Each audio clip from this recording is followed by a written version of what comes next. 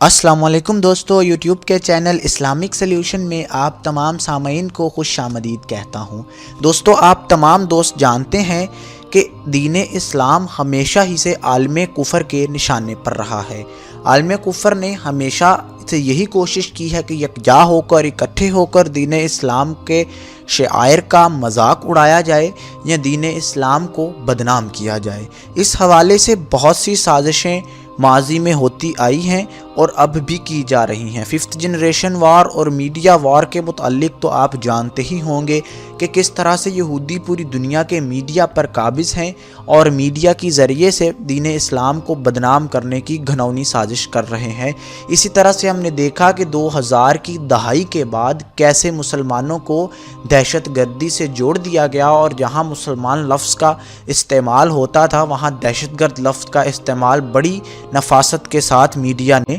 کرنا شروع کر دیا۔ آج کی ویڈیو دوستو ایک تو افسوسناک ہے اور اس کے حوالے سے اس میں چند تلخ حقائق بھی ہیں جو کہ ہم تمام لوگوں کو تسلیم بھی کرنے ہوں گے، لیکن اس کے اندر ہمیں بہت ساری باتیں ایسی ہیں جو کہ آپ کو معلوم پڑیں گی، پہلے معلوم نہ تھیں، لیکن خدارہ ویڈیو کو آخر تک دیکھیے تاکہ آپ تمام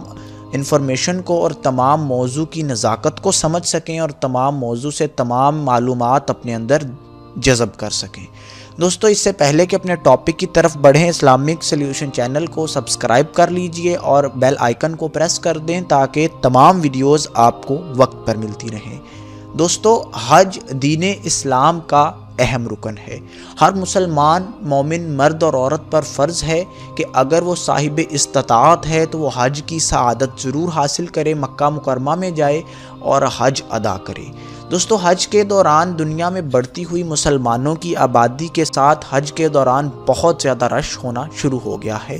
ایک محتاط اندازے کے مطابق اس سال 2018 کے اندر 20 لاکھ کے قریب حجاج کرام سعودی عرب پہنچیں گے اور حج بیت اللہ ادا کریں گے۔ دوستو، اتنے رش کو، اتنے لوگوں کو کنٹرول کرنا سعودی حکومت کا نہ صرف کارنامہ ہے بلکہ بڑی نفاست کے ساتھ ہر سال حج مشن کو پایۂ تکمیل تک پہنچایا جاتا ہے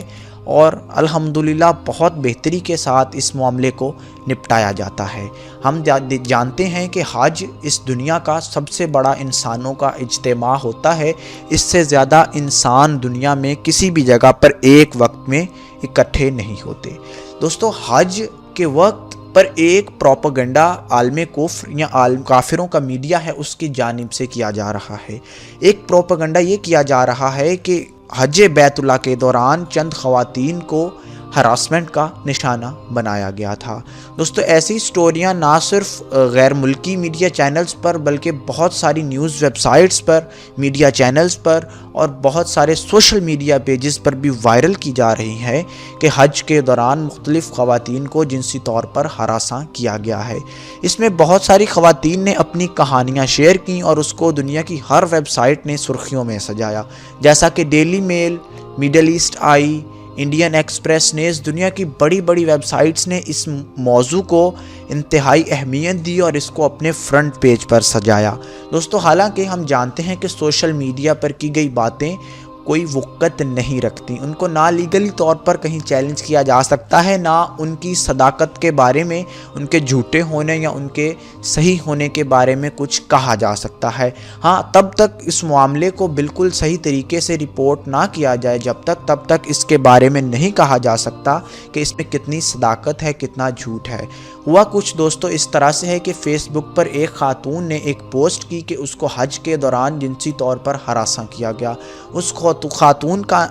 جو تعلق ہے وہ پاکستان ہی سے تھا اور بعد میں اس پوسٹ کو انٹرنیٹ پر لبرلز اور لادین طبقوں نے اس قدر وائرل کیا کہ وہ پوسٹ دنیا بھر میں پھیلی اور اس پر دنیا میں مختلف اکاؤنٹس کے ذریعے مزید کمنٹس کیے گئے کہ ہمیں بھی جنسی طور پر حج کے دوران ہراساں کیا گیا ہے۔ نیز دنیا کے مختلف علاقوں سے مختلف اکاؤنٹس کے ساتھ کامنٹ کیے گئے۔ لیکن دوستو، آخر یہ کون ثابت کرے گا کہ آیا کہ جو اکاؤنٹ کمنٹ کر رہے ہیں وہ بالکل اصلی ہیں یا ان کے اندر کوئی فیک اکاؤنٹس نہیں ہیں؟ آیا کہ کیا یہ معاملہ کوئی لیگل ایشو ہے کیا اس کو عدالت میں چیلنج کیا گیا؟ بالکل ایسا کچھ بھی نہیں کیا گیا۔ ایک سوشل میڈیا پوسٹ کو دنیا کے بڑے انٹرنیشنل چینل جیسا کہ Daily Mail, Indian express, Middle East آئی وغیرہ اٹھاتے ہیں اور اس کو اپنے پہلے پیج پر سجا دیتے ہیں کہ حج کے دوران خواتین کو جنسی طور پر ہراساں کیا جاتا ہے۔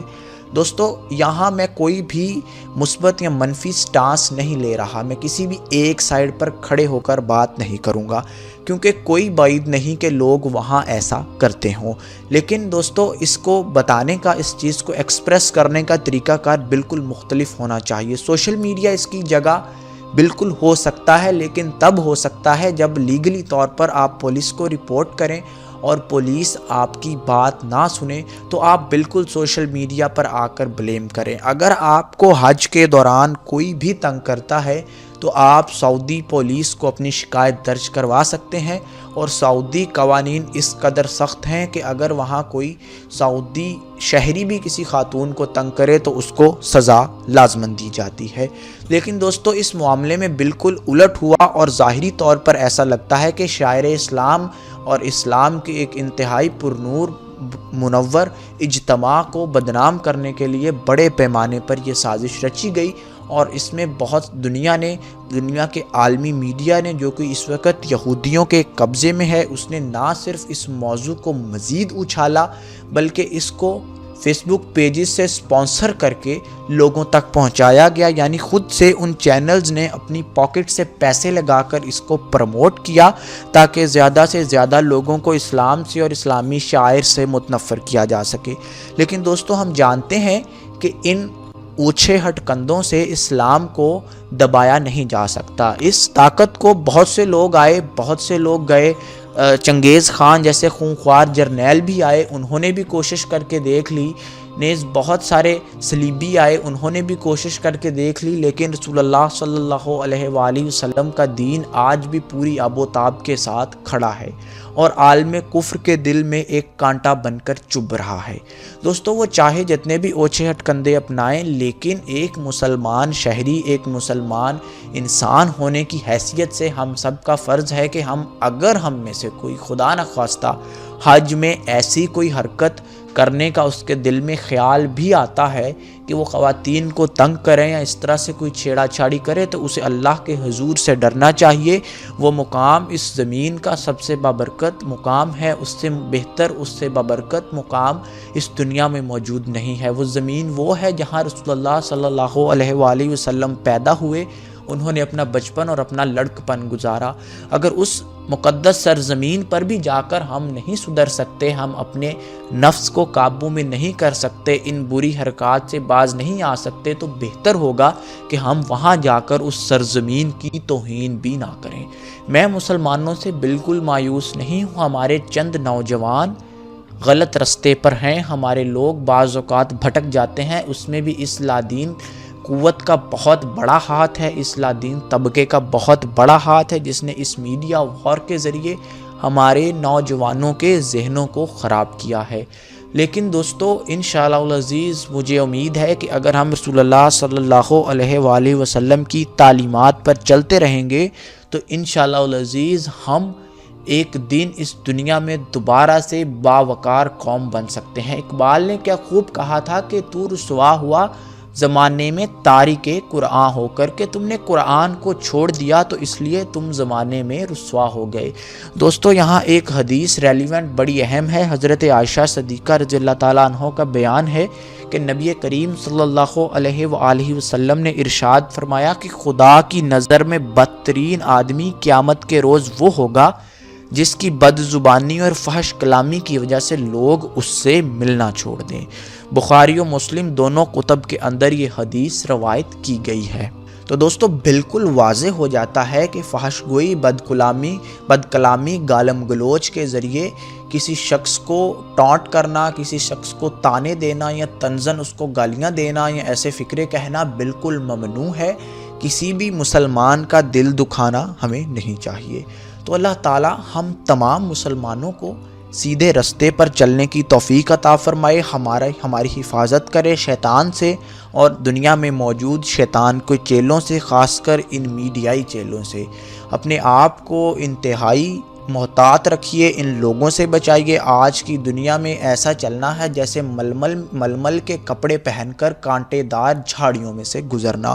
تو اتنا فتنے کا دور ہے اور آپ کو بچنا پڑے گا۔ اور حج کے حوالے سے جو ابہام پھیلایا گیا ہے پوری دنیا میں عالمی میڈیا کی طرف سے، ہمیں چاہیے کہ اس کو پورے زوردار طریقے سے اس کے خلاف بولیں اور عالمی میڈیا پر پریشر ڈالیں کہ وہ حج کے مثبت پہلو اجاگر کرنے کی بجائے ایسے پہلو یا من گھڑت کہانیاں کیوں بناتا ہے، اور من گھڑت سٹوریاں جن کا نہ سر ہو نہ پاؤ ہو وہ کیوں بناتا ہے۔ تو حج کے مثبت پہلو اجاگر کرتے رہیے تاکہ دنیا سمجھ سکے کہ حج بالکل ایک پر نور، ایک مقدس عبادت ہے اور مسلمان اس میں اللہ کے حضور اپنی اجتماعیت کو ظاہر کرنے کے لیے حاضر ہوتے ہیں۔ تو انشاءاللہ ایک نئی ویڈیو میں ایک نئے ٹاپک کے ساتھ آپ سے پھر ملاقات ہوگی، تب تک کے لیے اجازت دیجیے۔